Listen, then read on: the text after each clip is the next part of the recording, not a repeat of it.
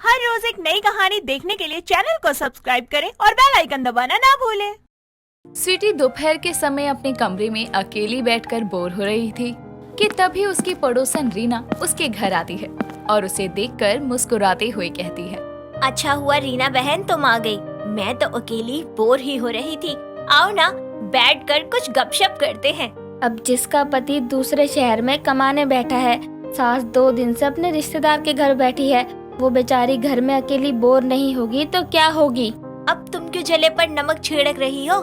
नमक छिड़कने नहीं, मांगने आई हूँ। घर पर खत्म हो गया है इसलिए, और ये बात करने का समय नहीं है मेरे पास अभी, इसलिए जल्दी से नमक दे दो। क्या रीना बहन, हमेशा काम से आती हो, कभी फुर्सत में भी आ जाया करो, लाती हूँ नमक। अच्छा सुनो, ये तो बताओ भाई साहब आएंगे कब? चिंटू के पापा पूछ रहे थे, इन्होंने उनसे कुछ बिजनेस की बात करनी थी ना, इसलिए। अभी तो कुछ नहीं पता, लेकिन बात करके बताऊंगी तुम्हें। इतना कहकर वो किचन से नमक लाकर रीना को दे देती है और कमरे में जाकर सीधा फोन अपने बेंगलोर में रह रहे पति अनवीत को करती है।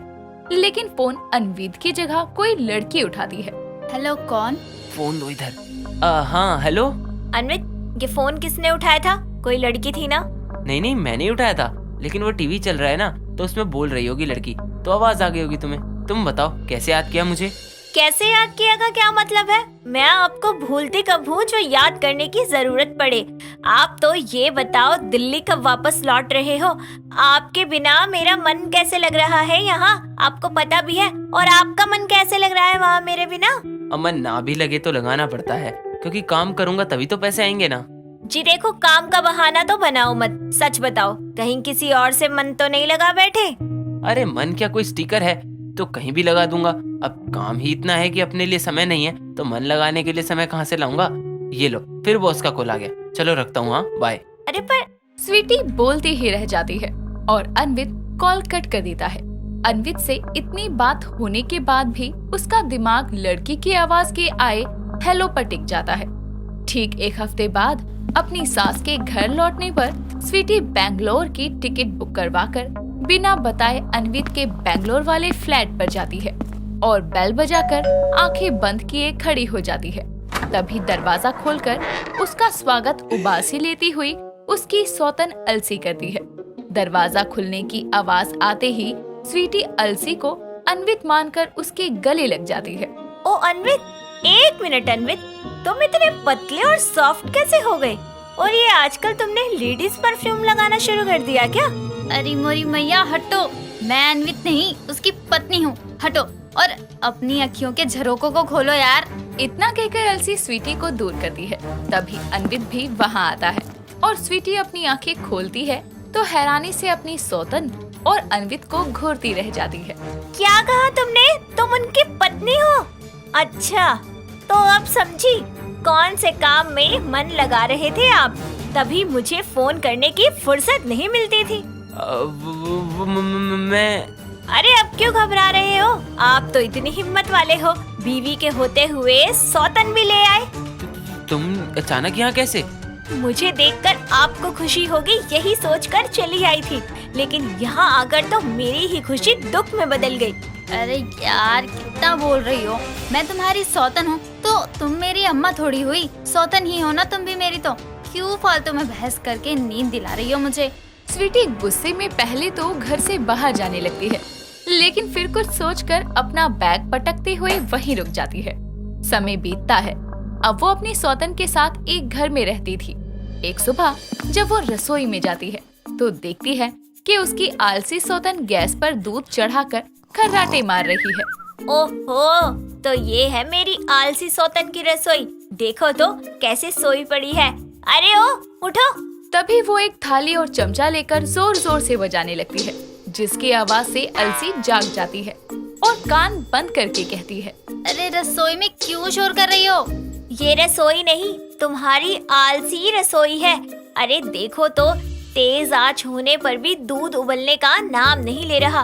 पूरी रसोई में अपना आलस फैला रखा है, बर्तन भी इधर उधर लुढ़के पड़े हैं। पता नहीं रसोई में खाना कैसे बनता होगा। ये अलसी की रसोई है, यहाँ खाना जैसा भी बने तुम्हें नहीं मिलने वाला, समझी? अरे नहीं चाहिए तुम्हारी आलसी रसोई का खाना। आज मैं खुद खाना बना लूंगी, अपने और अपने उनके लिए। इतना कहकर वो फ्रिज से सब्जियां निकालकर काटने बैठ जाती है। और एक और उसकी आलसी सौतन अलसी सो सोकर आलस से नाश्ता तैयार करती है। और वहीं स्वीटी फटाफट से मजेदार नाश्ता बनाकर तैयार कर अन्वित के लिए लेकर आती है। खाने की खुशबू सूंघकर ही अन्वित का चेहरा खिल उठता है, लेकिन नाश्ता अलसी की जगह स्वीटी को लाते देखकर वो नजरें चुराने लगता है। अब नजरें चुराने से क्या होगा? अरे सौतन बनाया भी तो किसको? एक आलसी को। अरे इसका तो नाम भी अलसी की जगह आलसी होना चाहिए था। अब देख क्या रहे हो, खा भी लो। जी नहीं, अन्वित मेरे हाथों का बना खाना ही खाएगा। देखो स्वीटी सिर्फ अपनों के लिए स्वीट है, बाकी सबके लिए सौर है। सौर नहीं शोर होता है वो। बताओ कुछ पता वता है कि नहीं? अरे ओ, आड़ी बाड़ी से पढ़कर निकली हो क्या? स्वीट का उल्टा सौर होता है। इंग्लिश में पढ़ा नहीं है क्या? मीठा कड़वा समझती नहीं हो? अरे परे हटो। अन्वित नाश्ता करो तुम। हाँ हाँ करो करो। इस आलसी सौतन की रसोई में बना हुआ मुरझाया सा नाश्ता करो। नहीं नहीं अलसी, मैं क्या कह रहा था, रोज तो तुम्हारे हाथ का ही नाश्ता करता हूँ, आज स्वीटी का बनाया नाश्ता भी चख लेता हूँ। इतना कहकर वो उसके बनाए नाश्ते को साइड कर स्वीटी का बनाया नाश्ता करने लगता है। ये देखकर अलसी गुस्से में और उबासियां लेने लगती है। उसे ऐसे करते देखकर स्वीटी मन में कहती है, हाय दैया, इसका तो गुस्सा भी आलसी है। हे भगवान, किस आलस की दुकान को मेरा सौतन बना दिया। समय बीतता है। अपनी आलसी सौतन की रसोई का हाल स्वीटी से बर्दाश्त नहीं होता था, क्योंकि अलसी खाना बनाकर आलस के चलते कभी रसोई को ढंग से साफ नहीं करती थी और ना ही रसोई में कोई सामान ढंग से अपनी जगह पर रखती थी। जितना परेशान वो अपनी सौतन से नहीं थी, उससे ज्यादा परेशान वो रसोई की उजड़ी और अलसाई हालत से थी। एक रोज आलस के चलते अलसी अन्वित को बासी पड़ी रोटियां परोस देती है, जो कि गर्मी के कारण खराब हो जाती है, जिसे खाते ही अन्वित उगल देता है। ये क्या है अलसी, इस रोटी में खटास कैसी? खटास? वो क्योंकि ये रोटी बासी है, जो कल इस अलसी ने शाम को बनाई थी। और बेंगलोर का तापमान इतना है कि गर्मी के कारण रोटी खराब हो गई। नहीं ऐसा नहीं है, वो तो बस करो, तुम्हारी रसोई का खाना खाकर मैं फूड पॉइजनिंग का शिकार हो जाऊंगा। तुम पहले तो ऐसी नहीं थी अलसी। पहले तो आप भी ऐसे नहीं थे। अरे मैं तो माँ जी से कहकर आई थी कि आपको साथ लेकर लौटूंगी, लेकिन आपने जो किया उसके बाद तो लगता है आप इस अलसी और मेरी इस आलसी सौतन की रसोई का खाना खाना ही डिजर्व करते हो। मैं अकेले ही वापस जा रही हूँ। स्वीटी रुक जाओ, मुझे अपनी गलती का एहसास हो गया है, मुझे माफ कर दो। मैं तुम्हारे बिना नहीं रह सकता, आखिर तुम मेरी पहली पत्नी हो। अच्छा जी, मुझसे शादी करते वक्त तो ये ख्याल नहीं आया तुम्हें? तुम ऐसे कैसे कह सकते हो? हाँ तो इतना आलस करके क्यों खाना बनाती हो? स्वीटी, मैं पूरी जिंदगी तुम्हारी इस आलसी सौतन की रसोई का खाना नहीं खाना चाहता, माफ कर दो मुझे। माफी मिलेगी ना? क्यों नहीं मिलेगी, बिल्कुल मिलेगी, वो भी डिवोर्स पेपर के साथ। इतना कहकर स्वीटी अपना सामान उठाए उस घर से रवाना हो जाती है और अन्वित अपना सर पकड़कर बैठ जाता है। दोस्तों, अगर आपको ये कहानी पसंद आई तो इसे लाइक करें, शेयर करें और कमेंट करके बताएं कि कहानी में आपको सबसे अच्छा क्या लगा।